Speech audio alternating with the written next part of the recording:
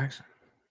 Live from the gorgeous Prince George's, this is the one and only, the illustrious, soon-to-be world-famous Shattered Illusionz Podcast. Will I take him to the creek? Guys, I'm going to just say this real quick. Like the goddamn video and sub to the channel. Like that shit, motherfucker. I'm sick of y'all doing this shit, man. We trying to blow up on YouTube. Just make sure y'all keep feeding us those likes, man. Follow us on TikTok and Instagram and Rumble at Shattered Illusionz. Keep growing at a good rate. Not going to keep up much longer than that. Got checking on the family. Oliver Fortune. How you doing, bro? We good, man. Make sure you follow us on Rumble. Like I said, we talk about controversial content, so you never know when we're going to get canceled. So just make sure you follow us over there as well. Let us know questions and concerns that you guys have. Let's bring them in so we can make sure we get these things answered. All right. And guys, we will start doing our guys shows for you more often too, answering questions about how to approach women, getting in relationships, sex, all those things. Free Top G, by the way. And Free Top G. Always gotta say that. Talk about these niggas in his comments. No, we gonna do that. Fuck shit. them niggas. No bullshit. Will, how you doing, bro? I'm good, man. I'm good. Ready to get this shit started? Yes, sir. All right, guys, we got a really good guest for you guys tonight. We got somebody who is a local DMV realtor, somebody who's been doing the thing. This is a person that I think that I've been watching for a long time, got a lot of respect for. So without further ado, I'm going to introduce to you Ashley Brooks, aka Realtor Bae, aka your preferred realtor. Will I take him to the creek? Yes, sir. Ashley, how you feeling? I'm good. She nervous. Listen, she was just talking all this shit down here a minute ago, but The she. cameras are on. Nah, you good, man. Listen, just ignore the Listen, cameras. if you fuck up, about 300,000 people gonna see it. That's it. Damn. That's extreme. Let's see, like, 20K views. yeah, no bullshit, no bullshit. That's okay. I'm good though. Nah, you good. But like I said, just ignore the lights, ignore the cameras. Just realize we had a normal conversation. But how you feeling though? I'm good. I'm glad to have you down here because, like I said, I've known you for a while. I don't want to say the gym we've gone to, but been watching you, seeing you grow, see your effort, and even the conversation pre-show was real good. So I'm excited to have you on. I'm excited to be here. Oliver, how you feeling about it so far? We good, man. Man, she cool. She got a little bit of knowledge up there. So we're gonna pick her brain. Yeah. All right, let's just go ahead and get into before we get too much into like your career and everything. We like starting with the genesis of people. Like, how did you become who you are now? So, like, let's start from the beginning, childhood and everything like that. Where'd you grow up? How'd you come up? Was there a mother, father involved? All that stuff. So I am from the DMV area, and when I say the DMV, I was born in DC, but I grew up in a group home, and so I grew up in a group home within PG County. And so I moved around from here to there. Mm-hmm. I went into the system when I was 10. And then from there, kind of just moved around. My mother was addicted. My father was addicted. My father was locked up when I went into the system. Oh, sure. And my mom was she was a lost cause. And then she passed away when I was 13. She passed away of AIDS. I'm sorry to hear and that. So from there, what happened after that? I was in school. I got pregnant with my son in high school. I graduated by the skin of my teeth. I graduated.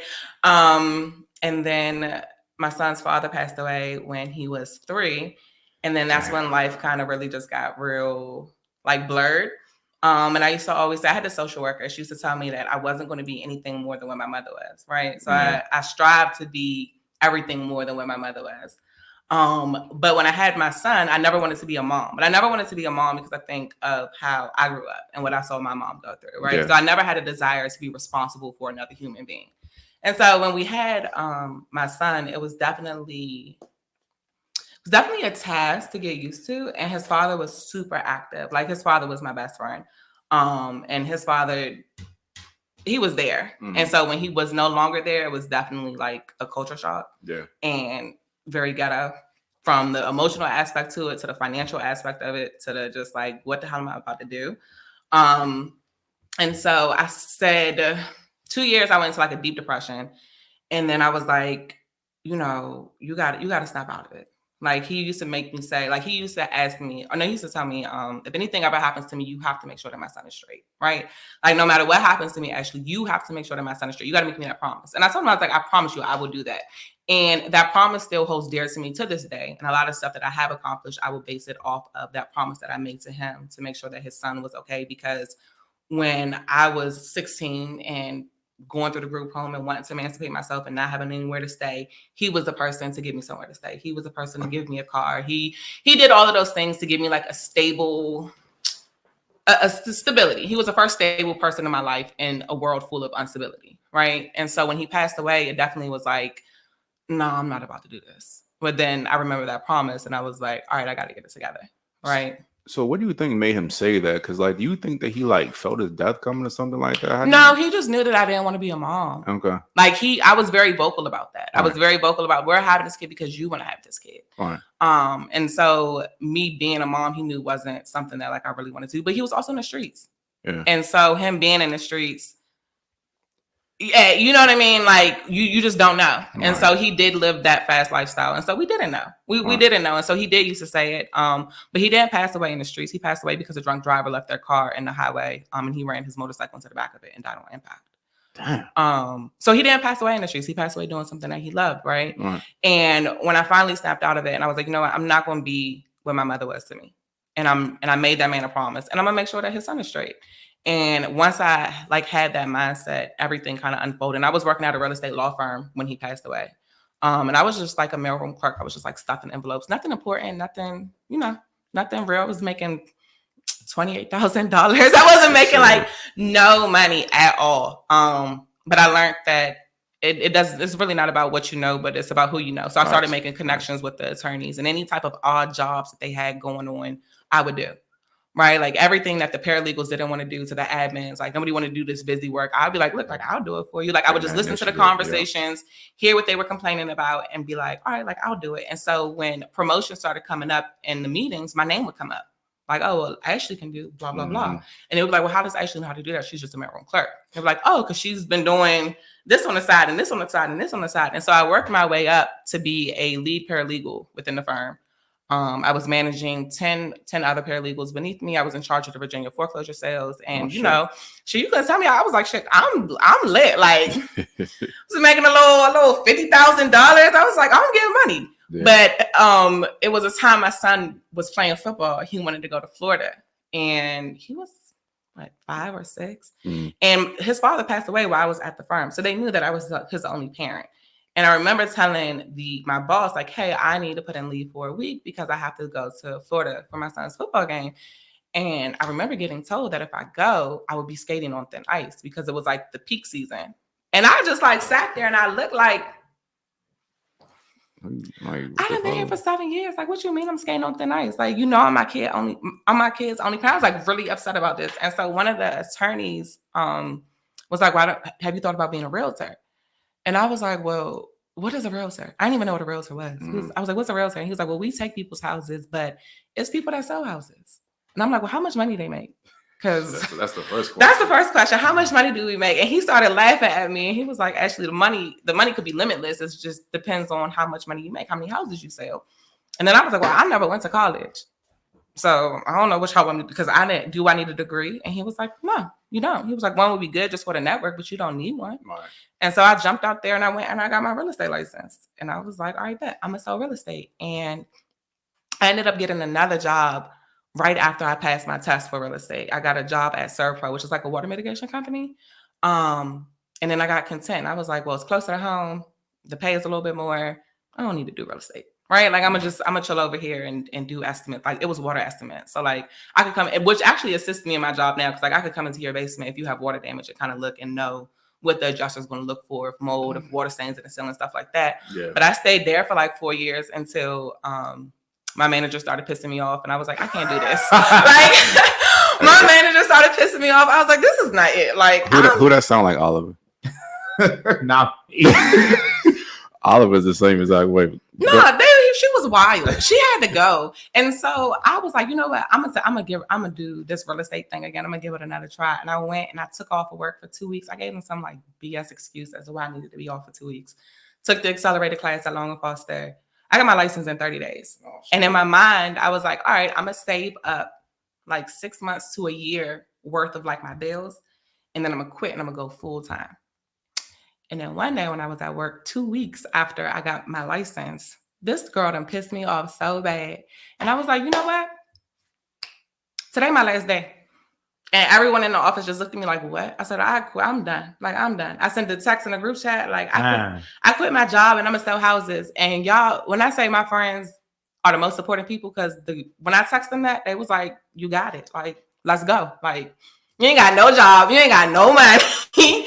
But let's go. You want to sell houses. You want to do real estate full time. You want to sell houses. And my first year was horrible. I made $5,000 my first year. Oh, my first year was trash. I was like, I done fucked up. Like, the fuck I done did. Like, I don't made a know. terrible mistake. Shit, with that water estimate in the city. Exactly. I'm like, I don't know what the hell it is that I did, but I don't know if this is gonna be it. But it was a lady in my office, Lakeisha. Her name's Lakeisha, and she would come into the office with the red bottom. She had the Range Rover. Oh shit. She was like always on the top of the sales list. I'm like, oh, she a vibe. Like, I'm trying to be like her. Like, what she got going on? And she would come into the office all this time and be complaining about paperwork, right? Like, I don't want to do these listings. I don't have time to schedule this. I don't have time to do this. I gotta go here. I gotta go here. And I'm like, this train need help. Like, but I didn't know how to approach her. And so I watched her probably for like a month to kind of learn her habits and just like watch her. And again, my background is legal and admin. So paperwork is nothing for me. So one day she came in there with like this big stack of folders. And I was like, you need some help? She was like, what? I was like, I barely talked to this lady. But before then I was like, you need some help? And she was like, yeah. And she gave me like these folders and was like, you got to do this, this, and this. And I'm like, all right, bet. I didn't know what I was doing. I ain't have not a clue what I was doing. Right. But I knew I was going to figure it out because I knew that she had something that I needed. Like, she could provide me with the information that I needed. Right. And so long story short, I cost her like $25,000. I don't know how she didn't fire me, but over the course of me working with her in like 3 months, I ended up losing her $25,000. And she was like, she cursed me out. I mean, I knew life was over, right? But I finally was honest with her and I was like, I don't know what I'm doing. Like, I don't even know what I'm doing. Like, I'm winging it. And she was like, what you mean you don't know what you're doing? And I'm like, I don't know what I'm doing. Like, nobody told me. And she was like, I thought you knew. And in that moment, I learned a valuable lesson that it's okay to not know. Like, I think I've spent so long in my life, like, finessing my way through that I make things look so good. So even if I don't know how to do it, you would never know that I don't know how to do it because I'm gonna make it look like I know how to do it, right? Like, I'm gonna portray that confidence that you're gonna be like, oh, she the best. She the best. Like, it is. She didn't put the bow on the shit. I'm like, all right, hey, good enough. Good enough. Listen, hold up. Can we get a tax bill $78,000? What the fuck happened? So hold on. I kind of want to back up here too, because I mean, it might have been a disastrous consequence, but I think it was a good lesson in that though, because what people don't realize, when you're trying to like get in with somebody, you always lead with value. Mm-hmm. And you led with value initially. Like you said, you watched her for a little while. Damn, what can I do for this lady that has all this stuff? Okay, she's not good at paperwork. Maybe I can help her out with that. Mm-hmm. And once you do that, like, you know what? People want to just come in and try to quote unquote network with nothing to offer that person. You have to ask yourself, what does that person find valuable? What do they need me to do? And you did that. Mm-hmm. It might not have worked out the way you wanted to work out, but you at least tried. But it did work out though. It does. And I mean, the thing about it is too, especially when you out here with anything, sometimes I'm not sitting up here saying lie, but sometimes you got to finagle your way in the front door because you got to get a chance. At least she had the fucking chance. Like, so sometimes you do, because if she would have told her she didn't know off the break, she might have been like, nah, I'm not fucking with this chick. Sometimes you got to do that shit just to get in the front door. Mistakes, people forgive you for mistakes. You get cursed out or whatever, cool, you know what I'm saying? But at the end of the day, you got to get your foot in the door. So yeah, that was like the major thing for me, was to get in the door. And I'll pivot and say, like, in regards to like mentorship, I strongly believe in mentorship. For sure. Yeah. And I strongly believe that I don't feel like you should pay for mentorship. And when I say that, like, I say it in a sense of, with social media, everyone's like, oh, pay for my mentorship, right?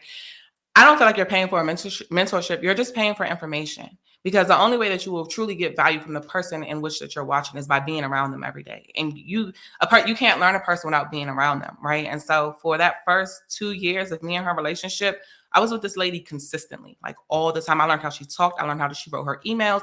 I learned how she conversed with people. I got introduced to her group of people just by, being able to be with her. And if you're just paying me to provide you with information, I can't be your mentor if all I'm doing is just pushing you information on the internet, right? 100%, yeah. So I felt like, because like now, like I have people reach out to me like, can you mentor me? And I will very well mentor a person, but I feel like I can only do one person a quarter or one person half of a year, because how can you really learn a person and grow from that person if all they're doing is just pushing you generic information? You know what I mean? You got to see the person when they're angry, when the deal falls apart. You got to see the person when they're emotional, when days are not bad, because every day is not a good day, right? And how do you deal with those people? And so she was like the first person.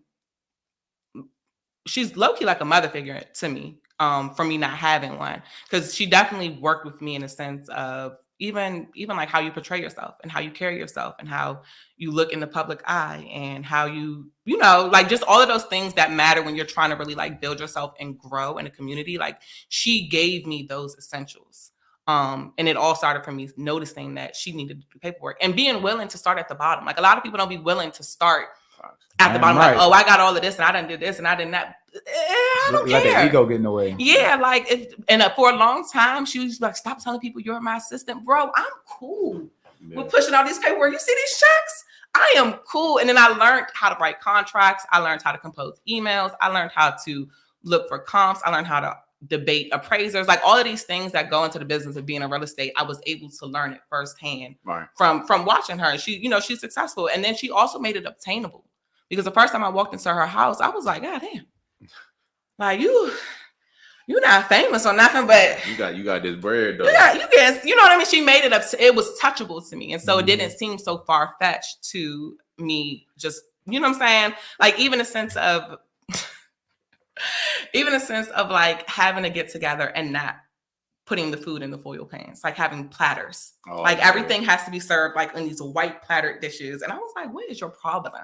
And now whenever I have something, it has to be on a dish. Like it's about aesthetics. Like it has to be on a dish. And not downing anybody that puts stuff on foil, for cookouts or whatever the case may be, but just like the presentation and the thought process that goes into what you do with your work or how you put your work out there. Like she definitely gave me that notion. And so I will say like the power of mentorship could be like it's a major thing for whatever career it is that you're in. Yeah, and I definitely agree that the best way you're going to extract the most value is, of course, to be around them 24/7. But I do have to say, though, I would say for a person that's starting from zero, I pay for hella mentorship. And like I said, I think you have to be careful with who you're watching, because you got it right. A lot of people will just be out here throwing information and shit. But what you pay for, you're paying for the implementation. Okay. So, and like how to implement something. So from a person that may be like starting from zero, they don't know shit. I'd rather have them you got to find the trusted person first. And once they're a trusted person, you know that they've already given enough value or enough information. Like, no, I trust this person. Then that's when I could say, you know what? I would recommend investing in it, because if you try to go in and like, let's say, just even if it's information over the internet, because they're going to teach you deeper things than what they're teaching. Like I said, just in the free videos and shit like that. Like they'll teach you, like a lot of the coaches that I had, they teach you about mindset. When this happened, how to get away from certain people. Like they teach you the in-depth stuff that they might not be able to go into in a video. And they can also give you like support. Is that as good as, let's say, being with them day to day? I think you said the key word though. You said coach. They're your coach. Right, mental coach. I kind of separate the two though. Okay. What's a coach to you? So like a coach is like what you just said, right? A coach is somebody that I can follow, I can look at, I can get information, a little bit more knowledge, even if you're paying for it. But I don't feel like you pay for mentorship. Okay. Like I feel like you add value to your mentor, right? And that's their payment. Whether it's like you doing something, like they do get a form of payment, right? Like I've definitely paid her with a service, and she's made income off of it. But I feel like what you're talking about is more so like coaching. Okay. Like coaching, but a mentor is personal. So I don't feel like you can mentor everybody. I think what you're trying to say is like the relationship kind of aspect of it, right? Like because if I'm paying for a coach, right? Like, okay, if you're paying for like a coach that, let's say, I don't know, a person, right?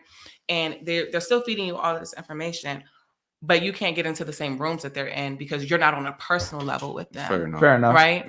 So you're saying that in terms of like mentorship, you could just consider mentorship more of like a personal hand-to-hand type of thing. Okay, fair enough. No, that's true. I mean, I agree with that too. Yeah, but I think what you were saying too, Olive, I want to piggyback on your point.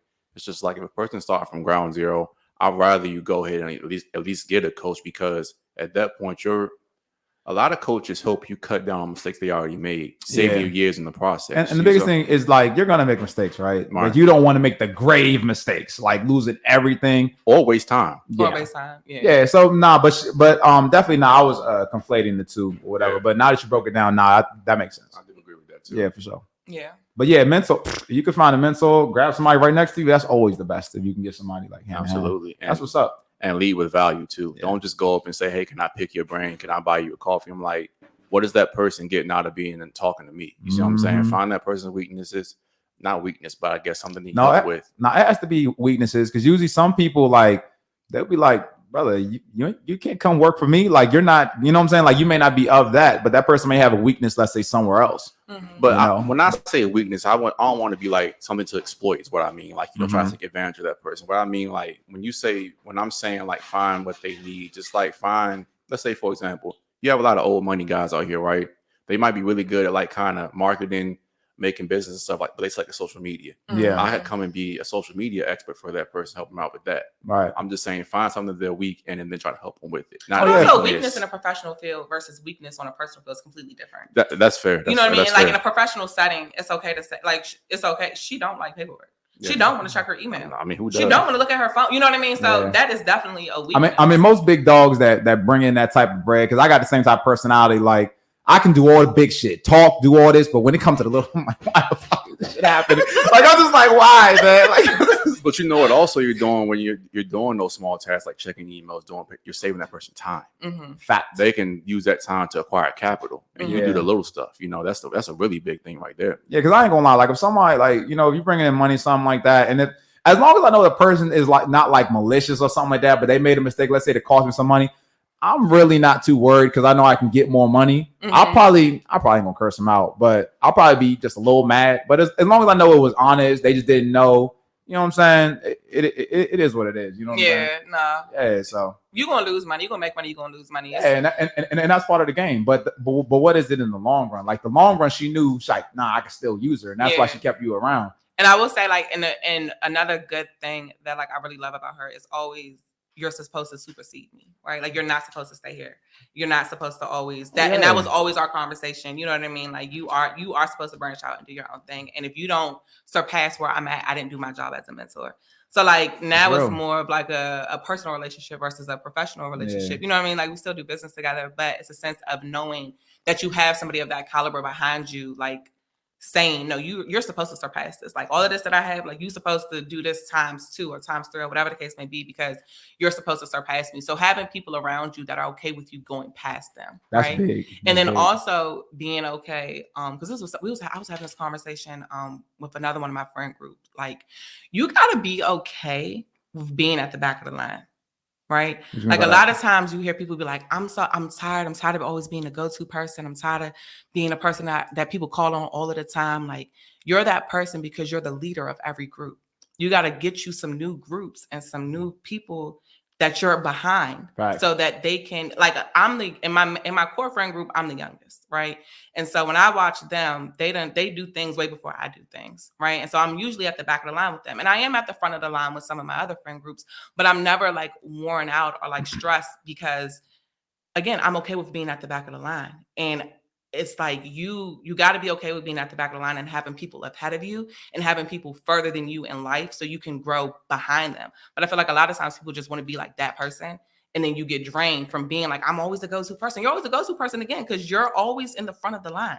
Get you some different friend groups where you're not in the front of the line. Yeah, and people may talk shit and be like, oh man, I hate this, but at the end of the day, it feeds their ego low key, and that's why they do it. And that's why they're scared to go up against somebody or or go find somebody else that's going to put them, like you said, in the back of the line. Like, dang, I got to start all the way down. This person makes me kind of feel like this. But that's how you should be, though. You know what I'm saying? Like, that's how you going to grow and, like, supersede who you are. So, that's what's up. I'm reminded of, do you remember that 2016 Cleveland Cavaliers championship with Tristan Thompson, LeBron James, Kyrie, and all of them? And one reporter came up to fucking Tristan Thompson at the end of the game and said, how are you handling being essentially like a third or fourth fiddle? Tristan Thompson looked at him and was like, you know what? I'm not really worried about that. I'm worried about being a star in my role. You know what I'm saying? Like everybody wants to be the top dog, but sometimes just being a star in your role, doing what you can to help that person and move up it's better to be a third or fourth fiddle on a $100 million championship team. Oh yeah. Than to be a star on a fucking $2 million championship team. You know, and I think that if people had that more of that attitude, was just kind of like laying low and like playing your role, paying your dues. And then in that time, you'll have a chance to shine. And do what you do best, man. He's not a bum. You know what I'm saying? He's Fuck not a bum no. at all. But he, like, without him, they wouldn't have won that championship. I agree. He did a lot of that dirty work, rebounding, you know what I'm saying? Taking charges, technical fouls, stuff that LeBron. Like Dennis Rodman with the old Bulls, you know what I'm saying? He had like 50 million rebounds a game, but Jordan was the guy, you know. Be a star in your role, man. That's it. Yeah, that's a good one. That's what's up, man. That's good. So I wanna talk to you about this too. We talked about this before the show started. This high school teacher, because I'm gonna tell you, I got one too. Shout out, you know what I'm about to talk about, Miss Miles. Oh gosh, yeah. In high school, I freaking hated Miss Miles. If you watch Miss Miles, nothing but love for you now. But at the time, I hated you, man. She changed her name. You know, she got married and stuff like a couple years later after we graduated. So her name not Miss Miles no more. It's something else. But she knows. I think she still knows though. Yeah. But a real pretty lady too, fat as shit too. Whole different conversation. Oh my god! But, yeah, she wasn't bad looking. You know what I'm saying? But anyway, yeah. So with all I'm going with this is that Miss Miles tolerated no fucking bullshit at all. You better be in your seat when the bell rings. There's no excuses on homework. You better turn all this shit in on time. I'm not here to baby you. We had online work. That was before online work was the thing. Like a thing. Yeah. And she made us go online and do a discussion. We old y'all. Like for real, like that was for online. That shit wasn't even heard of. She made us go online and do discussion boards every single night. If you didn't participate, mark down your grade. She was a hard ass, and the whole time she was just saying, "I'm trying to get you prepared for the real world." Because she taught college too, I think, at the same time. Yeah, she did. So she brought that college mentality down to high school, and the whole time we talking shit about her. Man, I can't stand this bitch. She mean as shit. Blah blah blah. But now I look back on it, I'm like, bro, Miss Miles, thank you. You didn't hold my hand. You let me know that how college is going to be, because they the same way in college. They don't give a fuck if you show up or not. And I mean, probably back to you, Ashley. Talk about the teacher that you essentially hated in high school, but then middle school. Miss Merrick. Miss Merrick, if you're watching this, I've been looking for you, so I can tell you thank you for a long time now. But Miss Merrick, I learned at a very early age that growing up in a group home, that they are being awarded a system. They just gonna pass you along, right? Like they're not gonna go through the additional paperwork to. They're not gonna go through the additional paperwork to keep you back, right? So I learned at a very early age that I don't have to do anything, and I'm still gonna pass. Like y'all still gonna push me along, right?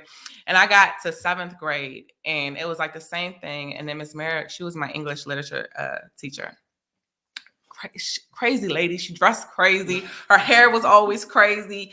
I hated her. When I say I hated this lady with a passion. Like she used to make my soul burn. Miss Fizzle from the magic school. Nah, Miss Frizzle was lit. Miss Frizzle was lit. No bullshit. But I would walk into the class and I would give her an excuse as to why I didn't do no homework, right? Or an excuse as to just why I didn't do something. Whatever it was, I didn't do it, and I had an excuse for it. And she would look at me every single day. When I say this lady said this to me my entire 7th grade career, I mean every single day, my entire 7th grade career. She would look me dead in my face and she would say, excuses are for weak and incompetent people. And you are not weak nor incompetent. And therefore, I will not accept your excuses. And she would go on about teaching her class. She wouldn't give me too much energy. She wouldn't stay. She wouldn't argue. She wouldn't do nothing. She would literally shift her attention back to her class. But it was how she used to look me dead in my face and say that you are not weak nor incompetent. So therefore, I will not accept your excuses. And in my 8th grade, when I got promoted to 9th grade, she walked me out of the school for my final time. And she looked at me and she said that to me again.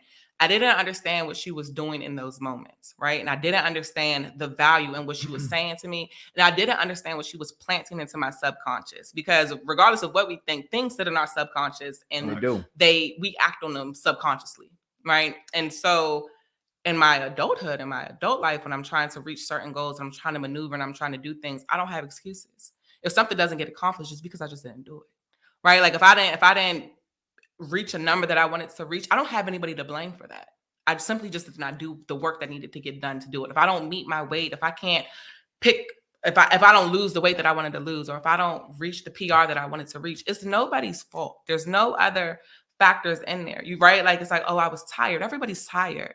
oh, I had a long day. Everybody has a long day. And so I don't have these excuses, and I'm able to be self-accountable. And it didn't really hit me until this year.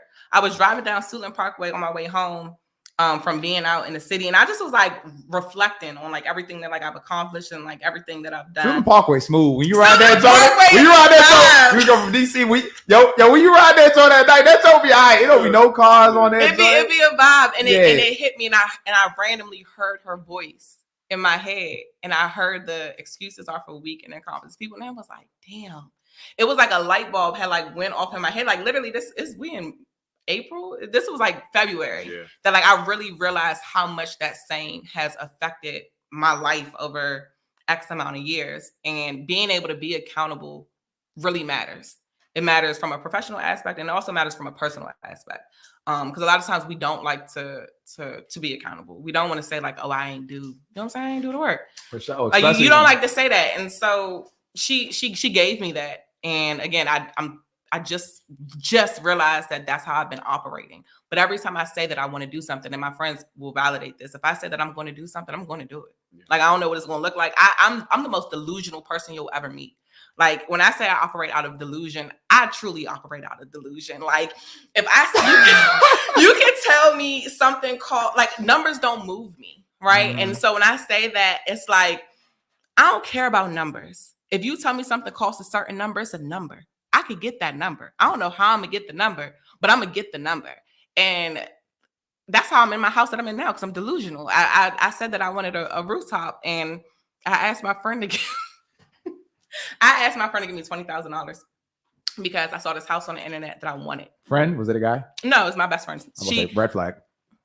What? No, I thought it was a guy. I was about to say red flag. No, so I called my best friend. I'm impulsive. I'm the most impulsive person you'll ever meet. Like, I will call you tomorrow and be like, you trying to go to Cali? And you will be like, let's go to Cali. Like, let's go to DCA and book a flight right now. Like, that's who I am. I'm impulsive as hell with everything that I do. And so I saw this house on the internet, and I was like, damn, I want this. You're on fire. I ran the numbers. I called the lender to see if I could get pre-approved for it. He told me how much money I was going to need. I looked at my account. I was like $20,000 short.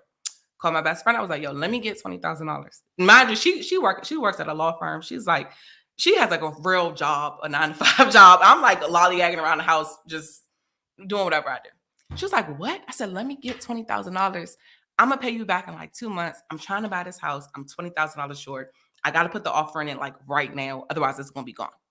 She was like, I'm not giving you $20,000, bro. I was like, you're not giving it to me. I'm going to give it right back to you. I was dead serious. She was like, you don't even like entertaining people. Why do you need this big ass house? Like, you don't even have company. So why do you want this house? And I said, I don't know, but I want it. Like, it got the 4th level. Like, I need it. Like, give me the money. And she was like, no. I said, bet. Hung the phone up with her. I sat there and I thought, like, how can I make this work? How can I make this work? How can I make this work? Drove past new construction. And I was like, bet. New construction takes like a year to build, which means I got a year to save.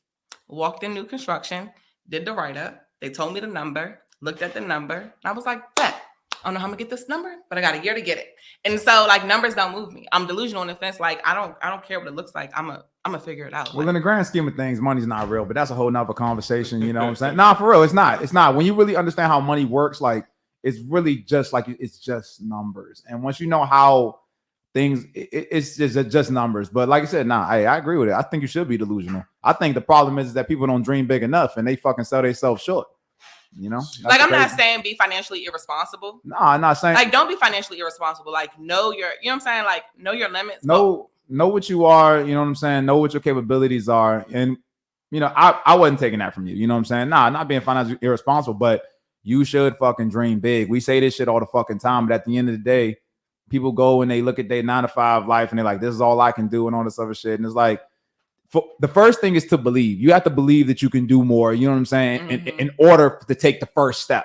You know what I'm saying? Because there's ways out here. You got people motherfucking making $30 million a month, and you talking about $20,000. You know what I'm saying? Bro, and that also just goes back to your friend group. I would say it goes back to your friend group because, like, in a sense of, I will forever as I go on this journey and I continue to grow and wherever this road may lead me, I will forever highlight my friends. Like I don't have like the traditional family, but I will forever highlight my friends because my friends have backed me on any and everything that I've said. Like and to be able to have those friends that you could call and be like, let me get $20,000.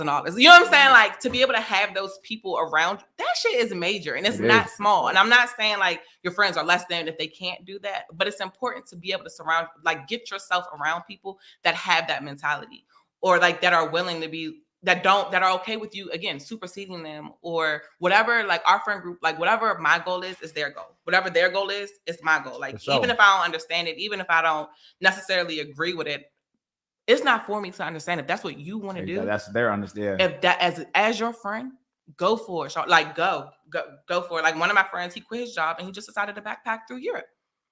He put it in the group chat. I quit my job. I'm about to go to Europe on Wednesday. We're like, what? They're like, he's like, yeah, somebody needs to watch Keith, which is his dog. So y'all need to we transfer Keith through our friend group. But if he need to go backpack through Europe for a month, go backpack through Europe for a month. That's what's up. People don't understand how crazy it is to have a support system, man. You know, just, you know, in y'all situation, it's a mix of girls and guys. But I always tell guys, because I usually mentor a lot of men, you know what I'm saying? But I always tell them that, like, the strength of brotherhood, even if you got the money, even if you have, you know, like, everything, the girl, all that shit, man, you gotta have like a strong brotherhood. Just that friend group right there. Just people encouraging you. You can check in with them. Hey, y'all, look, this is what I'm doing. People like, oh, dang, nah, bro. Hey, do it. Hey, I think you might be a little crazy, but even still, you know what I'm saying? You need people in there to keep you level headed. That's what's up. You know, that just shows us like the value of having a good support group. That's what's up. Yeah, support groups. And it don't always come from your family. It usually don't come from your family. That's the crazy part. So that's what's up. And also with that brotherhood group too, it's just people telling you when you're wrong too. That's the the biggest thing. Yeah. But a lot of people don't keep. I would say, like, a lot of people don't keep friends because they don't like when their friends tell them. Well, they want yes people, and you're not gonna grow like that. You can't have yes people. And I would say with most people, it's one of those things like, you know what, somebody checking you sounds good in theory, but it works terrible in reality because they don't like their ego being touched like that. It's a different thing. I just don't. I mean, me personally, Oliver and I have hard conversations all the time, and I might not want to hear at that point in time, and I'll kind of get that initial like. Didn't like the way that shit sounded, but I'll kind of calm down. I'm like, you know what? The nigga might have a point. Yeah. And most people don't get to that point because, and I will say it's kind of on two ends because when you're criticizing somebody, it has to be done in a very delicate way. It can't be just, oh, you ain't shit, fuck you, this, that, and the third. But also you can't sugarcoat it too much. It's kind of like walking that kind of fine line. You got to have both the ability to be kind of harsh, but at the same time be a little bit nurturing too. Most people can't handle the harsh part of that. I agree with that when it comes to fucking women. When it comes to men, get your shit together, man. Like, you know what I'm saying? Like, you know, because my whole thing about it is, though, like, at the end of the day, everything is all about where the person coming from. If I know this motherfucker been real as shit to me, not trying to hurt me type shit, this person never did this before, and they saying, bro, you fucking wrong, dog. That shit was wrong. A, B, C, D, E, this happened. I'm going to hear them out. You know what I'm saying? I don't give a fuck how. This is me personally. That's you, yeah. I don't give a fuck how it's said. You can say it the most raw because at the end of the day, I look at the person's intentions. I know the intentions that are hot. So at the end of the day, if I know this person ain't on no shady shit, I'm gonna just be straight up just why. Yeah, my friends are they're blunt. I mean, like, you gotta be real. I know, like, I also think it depends on your friend, right? Like how I talk to one friend, I might not necessarily talk. I won't have the same delivery. You know what I mean? Yeah. You. I guess you got to know, like, the person that you're talking to. I know, like, with my friends, I'm like you. Just say what you need to say because all of the fluff. Because we wasting time. Yeah, you're gonna lose me with the fluff. I don't care. Like, if you think that I'm wrong, you better hurry up and say that I'm wrong before I get the point to prove my point. Because then I'm not gonna listen to nothing that you gotta say. Because at this point now, I feel like I'm right. But I don't do the fluff. Like, don't fluff. My friends know, like, and they call me on my bullshit. They be like, "You on your bullshit today?" And I be like, "I am." Yeah, and I am, and I am right now, and that's okay. And we gonna move on after today. But I am right now. That's real. But that's with anything in life, just knowing your audience. I kind of compare it to having children. I don't have children, but I've heard people say this. One child, you might have to say, you know what? If you touch anything, I want to break your fucking elbow, your arm, whatever the case is. And the child will they'll be like, okay, I got you. And the other one, you just gotta look at him a little bit funny, sternly, and he'll knuck up. It's just like knowing that audience, knowing what friend can handle which one, because some friends can handle criticism a lot better than others. Some, and I'm sorry to say this, but women a lot of the time, especially, a lot of women are crybabies. They can't handle any kind of criticism whatsoever. I'm glad your friend group's not like that, it sounds like. But a lot of women can't take criticism. And everything's all about the objective, right? You know what I'm saying? At the end of the day, my thing is you want to make this person better. if I know that this person literally just can't handle it, I'm not gonna say that because my objective is not to tear their ass down. My objective is to get the message through. And sometimes you gotta lose the character to deliver the message. You know what I mean? Facts. So you have to step outside of yourself and just be like, you know what, this person can handle it. Let me try to word it like this. Because the biggest thing is what's gonna be constructive for this individual. So it's all about the objective at the end of the day. And also providing a solution. For sure, like, yeah. Also being able to provide a solution because it's one thing for you to tell me this is where I messed up at, this is where I went wrong, or you was dead ass wrong for this, or this couldn't have happened, or you should have did this. Where are we moving after this? Like, what's the next steps forward, and how are we assisting each other doing whatever, you know, whatever it is? What does that look like from an emotional standpoint? It's kind of like the I'll say this, like off topic, but the girlfriend that always goes back to the toxic ex.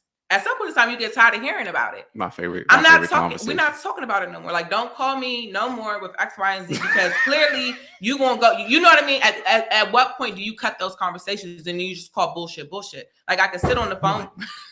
Just one. Fucking one. You got one. He knows me. I will hear somebody come. I'm very socially calibrated, and I believe in being there for your people. But you got one time to complain. After this, because I know I'm going to offer you a solution. Mm-hmm. After this, you're going to either take action or you're going to keep going back to what you. I don't really care which one you do. I hope you pick the best one for you because I can't live your life. But you don't want to hear about it no more. After this, this 1 3-hour conversation you took away my time for. After this is done, I don't want to hear shit about it, and I will lean on anybody, male or female, saying I'm like, listen, I don't want to hear this shit no more because we already talked about it. And it's not trying to be raw, but I gotta protect my energy, my time, and the fact that whether you listen to me or didn't listen to me, I expect people to take action. Those are people I expect to be around. Yeah, we're not gonna keep talking about the same problem over and over again and not have no solutions. He knows I may say something one time. After that, he'll never hear me say it again because I didn't already either took action or already just decided, hey, this is what it's gonna be. Yeah. Done. Next thing, let's go. But the combo's going full circle is like knowing your audience because a lot of the women in my experience, men too, bro. Well, these niggas is soft. Fair enough. But women in my experience, a lot of the time, they don't necessarily want a solution to the problem. They want to know that they're being listened to, not a solution. That's how women operate a lot of the time. You might be an exception, but then I'm gonna agree to disagree with you on that. Okay. Agree. That's weak shit. Just say you disagree. There's nothing wrong with disagreeing. No bullshit. You don't Shattered Illusionz. We don't agree to disagree. I feel like women do want solutions. I feel like the way it has to hit has to be different. Yeah, like it just has to be like for example, like with a guy I done told dudes, man, get the fuck up. You sound like a bitch. I would never talk like that to him because she's not gonna receive it well. You know what I'm saying? Dudes, we respond through that type of like, they'll get mad at me. They'll probably be like, man, fuck you and all this other shit. I'll be like, yeah, motherfucker. But he gonna sit there one night and be like, that motherfucker right. Mm-hmm. Women, on the other hand, like I said, I wouldn't talk to a woman like that because I don't believe that's the best way that women will receive it. You know what I'm saying? Like, I'll probably be like, listen, we being a little cookie dough right now. You know what I'm saying? Like, I might have to sweat, like, we being soft. Like, there's a way, women are more receptive in a different way than men are. So you can be a little bit softer with the delivery or the message and still get the point across, and she can receive it. But also, I think with real relationship is, I guess, different from like goals. Because I know with my friends, if we say that we're going to do something and then the shit don't get done, like if you don't reach your goal, you getting called out on it. Sure. Like if you keep saying like, oh, I want to do this, eventually they're gonna be like, don't nobody give a fuck about what you want to do because you're not doing nothing. Like, so move. We're not even entertaining this conversation with you no more because why you keep talking about this goal that you have yet to put any type of action behind. So that is like very action solution driven. Like, but here's what I'm disagreeing on. Actually, I'm not saying that you're not telling the truth. But what I'm saying, and from the women that I've dealt with, women that we talked to, and just other women I've watched, I'll say women in business. Yeah, so sometimes you guys might be like that, but that's more of an exception for women. Most women don't want to fucking hear like they don't want to be called out on this shit. They want to be coddled and know that they're being. They want to. Here it is. It has to be balanced. You gotta call. Ain't no fucking balance. Fuck that. It's gotta be like, you want it raw or not? You want to tell the truth or not? But after you tell the truth, you gotta be like, it's gonna be okay. It ain't. It might not be that, and sometimes that's the reality of it. That doesn't mean that you can't fix it, because if you don't fix it, it's not gonna be okay. And I think that's part of being real too. We tell everybody that all their solutions are gonna be okay. No, if this shit does not get fixed, it ain't gonna be okay. And it's like sometimes we gotta know from there. That's funny because that's actually my saying. What? That's okay. But it's not okay when you say that shit. And so I'm like, oh no, it's cool. Then I'm good. But like, if something happens, like when I'm stressed or like something is going left, I'm always like, that's okay. That's okay. I'm fine. Don't worry about it. That's okay. I'm good. Like, I mean, yeah. You know what I'm saying? Like it's a sarcastic. That's okay. Yeah. But it actually has like it's really become like my thing to get me through like difficult. When shit goes left, I'm just like, it's okay. Oh, if we talking about like personal, I mean, I wouldn't say. I don't even say shit. You know what I'm saying? Nah, I thought we was talking about we like delivering advice to people and somebody about to walk into a hole. No, motherfucker, you keep walking that way. That ditch right there is about to fucking clobber your ass. You know what I'm saying? Like you gotta let them know. But see, and going back to the whole toxic men and stuff like that, like the reason I say women don't want necessarily a fucking solution because the solution is in the question. If you don't want to deal with a toxic nigga, don't deal with them. Mm-hmm. But what do you see 99% of women do after they have that conversation? They don't want to hear the stop messing with them. They want to hear you justify why they should keep messing with them. They want to hear the shit like, oh yeah, well, he's still working on himself and one day he might get it together. They know in the back of their mind this nigga ain't shit. They know in the back of their mind they could do way better. They know in the back of their mind that this person doesn't deserve them. I use that word loosely too, but they keep dealing with it. I mean, in terms of relationships, I mean, like I said, it's women, but it's also men too, bro. Men, I agree with y'all niggas is soft. You let that chick talk to you like that, like nigga, walk up, leave. Facts. I'm trying to say that. It's like, nah, but hey, go. Yeah, what? So where'd you get the name Realtor Bae and your preferred realtor? Where'd that come from? Your preferred realtor was me. My original Instagram was Mrs. J Ball. So when Mrs. J Ball? Yeah, so okay. Joshua, Jalen's father's name was Joshua Ball. So okay, got you. And when I was trying to come up with a tagline, once I got my real estate license and was trying to like do like the branding thing, I was like, what the fuck is my Instagram name gonna be? And I played around with like a couple of things and I wanted it to be something that of course put realtor in it, right? And then I was like, well, people do things all of the time, but what would you prefer to do? Yeah. Right. So like you could work with whoever, but who would you prefer to work with? There you right? go. And so I was like, I want to be your preferred realtor. Like I want to be the person that you prefer to work with. And then I want to be accessible and easy for you to work with.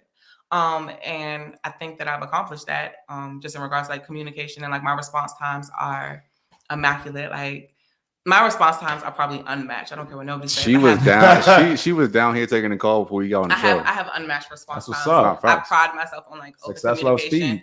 I also say that when you are purchasing a house, it's probably, especially for first-time home buyers, you're making the biggest purchase of your life. Yeah. So, and you chose to use me to do so.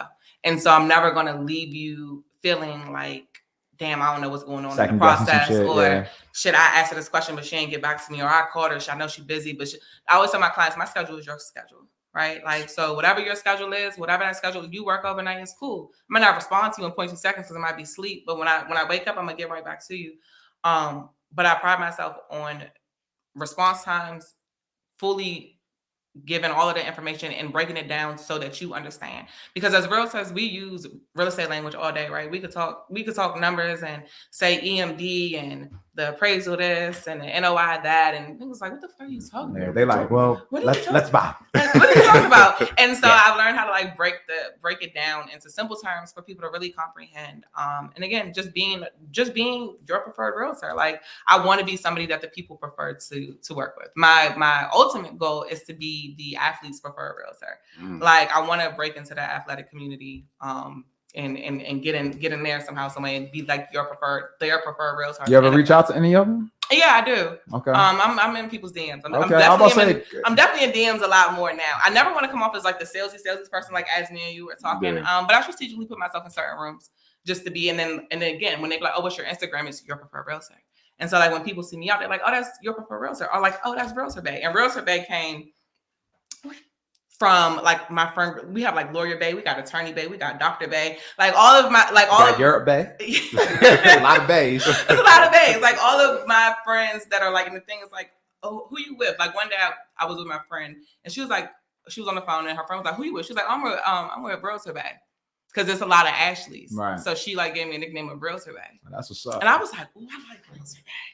So I started like hashtagging Realtor Bae, and then it became like, oh, this Attorney Bae, and oh, that's Dr. Bae, and oh, that's law firm Bae. Like, you know what I'm saying? Like, we just named everybody Bae, so that's like where the name came from, and it kind of stuck. There you go, and TK. I like it. You podcast, babe. Hey, it's giving podcast, Bae. Get the fuck out of here! I ain't doing that shit, man. Hell no. Y'all funny as shit. So I want to kind of talk about this last thing too. Give us a little bit of game here. I've always see you mention this. What is it? Is it Burr or BRR? What the fuck is that? You know what I'm talking about? Buy, renovate, Yeah.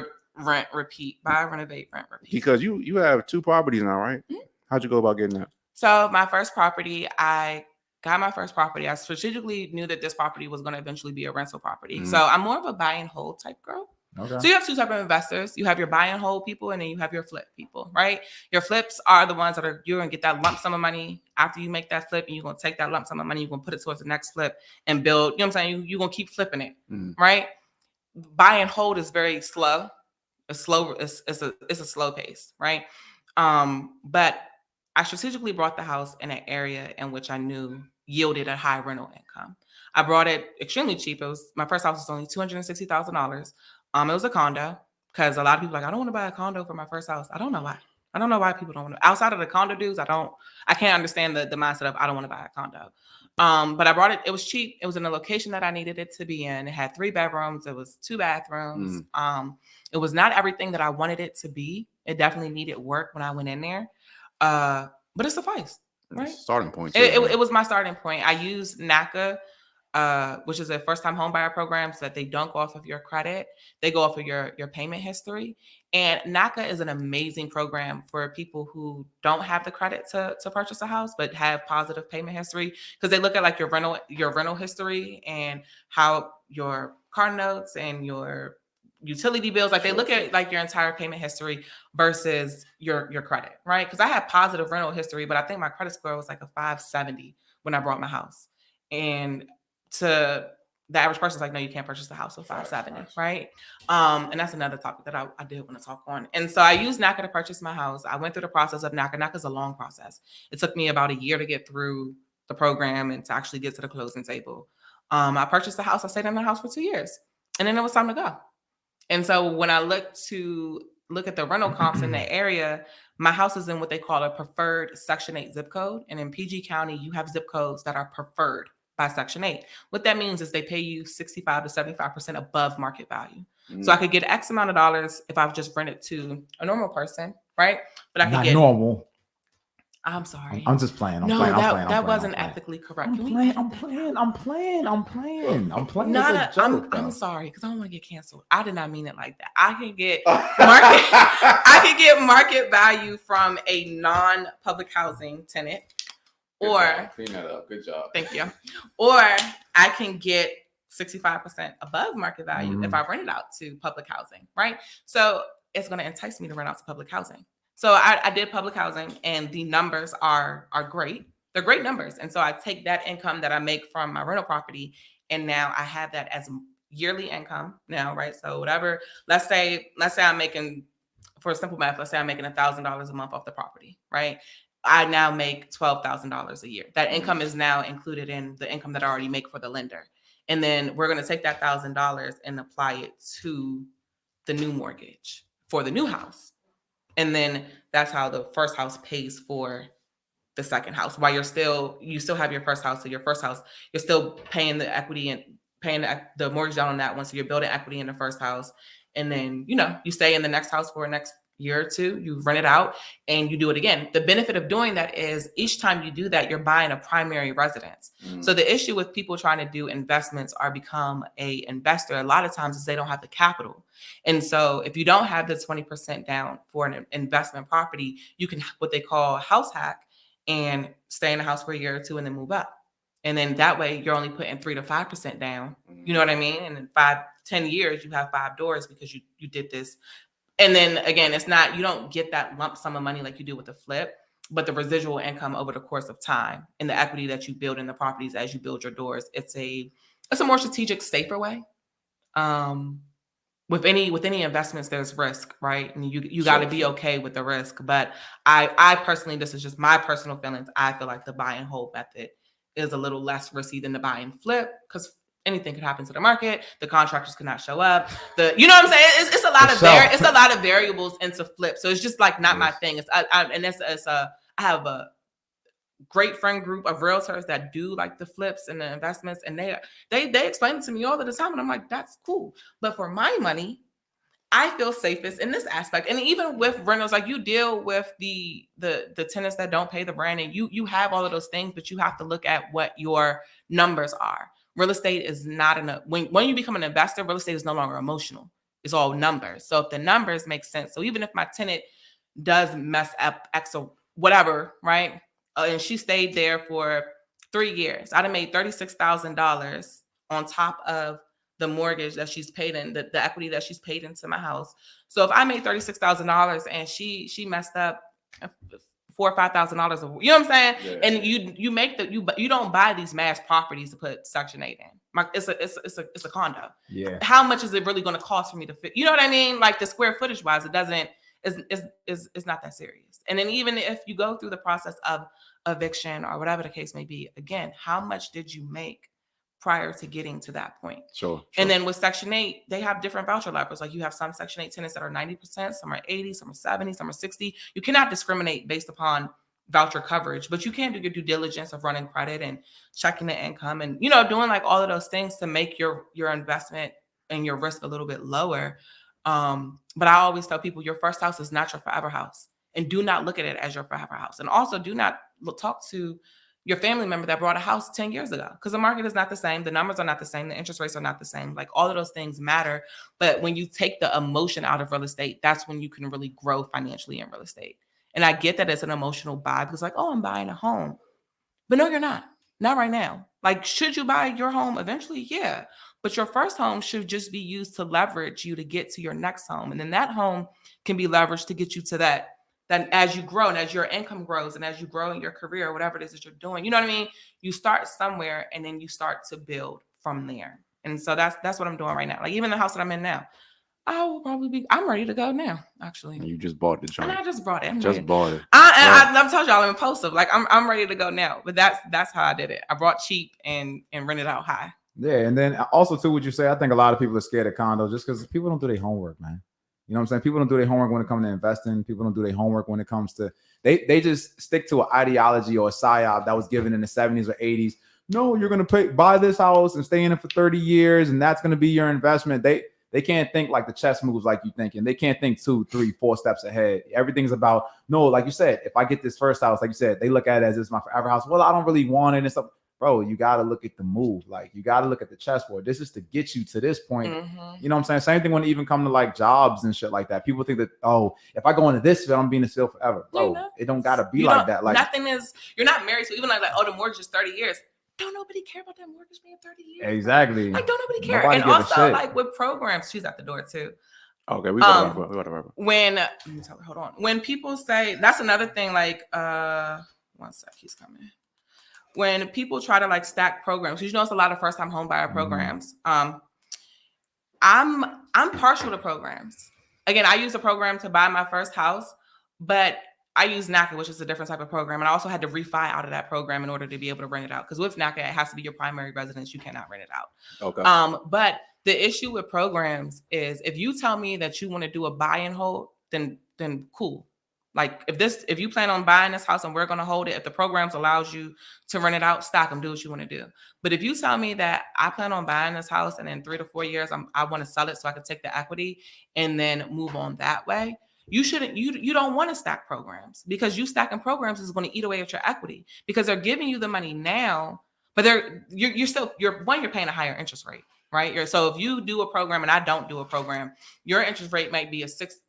And my interest rate might be a 5.5. A lot of people might be like, oh, it's only half a percent. That 0.5% makes a major difference in the payments, right? And so is the $10,000 worth you paying that 0.5% on that $400,000 house for the next, if you say you plan on staying there for 5 years, does that number make sense? Again, how do you break those numbers down? So that's another thing about dealing with an agent is making sure that you're breaking your numbers down so that you fully understand, what does this look like if I use a program? What does this look like if I don't use a program? Which end number for the end goal makes the most sense for me? And then that's how you can strategically purchase your house, right? And so whenever I do get a new client, that's my first question. We planning on buying and keeping this, or we planning on buying and selling this? Like, what we plan on doing in the next 2 to 4 years? What we doing? For sure. And like you said, definitely having that deep introspective is definitely important. A lot of people just don't want to think, man. They say that the most difficult work that there is in the world is just to think. A lot of people don't want to think nowadays and go in depth and actually do their research. So, So actually, I want to ask you this last question too. How many houses do you think on average you show before a person buys? It all depends on the buyer. Okay. And I will say, like, my first year in real estate, I was like on a goose chase because I just didn't really know what I was doing and I didn't know how to read clients. But now it just all depends on the buyer. You got to know your buyer. You got to know who you're working with. You just got to know your buyer. So I will say, after 5 houses start looking repetitive, right? But you also got to know your market, because if your buyer needs closing help or whatever, you know what I'm saying? If you have other things that are in the way, you might have found the house, you might be writing contracts for this client, but you just know that they might not get accepted because the next person doesn't need closing help. Right. And so when you're asking somebody for closing help, you're asking that seller to give you X amount of dollars of their money. Right. And so for simple math, let's say you say I need $10,000 in closing help for me to be able to afford to buy this house. I'm asking you, a complete stranger, to give me, a buyer, $10,000 of your money. Right. So if your bottom line would have been $50,000, now your bottom line number is only $40,000. Whereas you might have an offer B that's not asking for any closing help. They're going to go with the no closing help offer because it makes their bottom line number bigger. And as I always say, real estate is about what? Numbers. So so knowing your client and knowing what type of offers you're writing for your client will give you an idea of how many houses you might have to go to see and do. So it really is subjective. And I say that about real estate all the time. Real estate is subjective, because what I'm willing to spend $700,000 for in Navy Yard, you might look at me and be like, "There's no way I'm spending $700,000 for Navy Yard," right? Or where one person might be like, I have no problem with spending $500,000 in Upper Marlboro because I get land.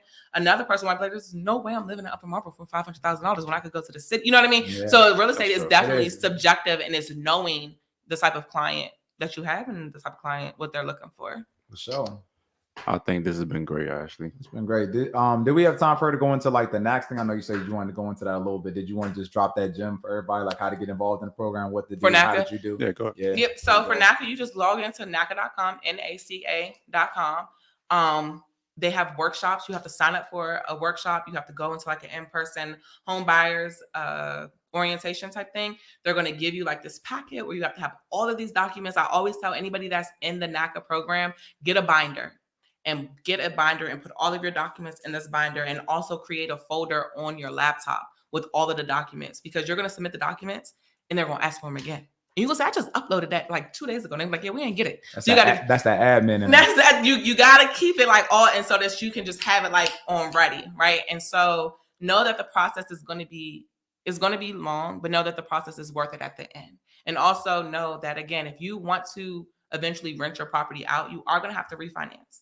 And so keep your credit good, because to be able to refinance, you still have to have good credit, and they're going to look at your income all over again. And, you have to go through the loan process again. But you go through the workshops, you get the pre-approval. They have Bank of America, and I forgot the other bank that does it, but it's Bank of America and another bank that partners with NACA to do the NACA loans for them. You get a pre-approval, and then you out there like a regular buyer. And then your realtor will go. You could do new construction with NACA as well. You could buy a new home, like a brand new built from the ground up home with NACA. Which is great, because again, new construction sometimes can take a year to a year and a half. And if the NACA program takes you a year to get through, you know what I mean? Like the timing can definitely work out. If you're interested in new construction and you wanted to do NACA, it can definitely be a thing. There is a misconception that there's no closing, there's no money out of pocket and there's no closing costs. You still have to have money in the bank. You still need to have what they call reserves. So if your new mortgage payment is $2,000 a month, they want to see at least $8,000 in your bank account, like between 6 and 8. They want to see some type of reserves in your bank account, right? And you still have some closing help associated with it. Like I bought my house for $260,000. I think out of pocket I paid like $65,000 to $7,000. Like it was like $7,000 out of pocket. And back then I was like, I'm poor. I don't have $7,000. I thought this was no money down. But that's where that friend group came into play again. But it's definitely a great program. And from that program, again, by the time I went to buy my second house, I had a 790 credit score, and we outside. Like, use that as your stepping stone and use it to grow. But again, be strategic and know that this is what you're going for, right? Because now you got 2 years or 3 years to really like build yourself and get yourself going and be ready to move on to the next thing. You said the key word, be strategic, and number one, leverage. Love those words. Anyway, Ashley, appreciate you. Thank you. Thank you very much. Last thoughts on the show. You want to plug all your businesses, and guys, her links will be down below too. Instagram is Your Preferred Realtor. TikTok is Realtor Bae. All my information is in my bio on my Instagram page. Will be down below. Oliver Fortune, last thoughts on the show. Hey man, loved it. Now I know I might got a new admin person. You know what I'm saying? She's looking for some more work.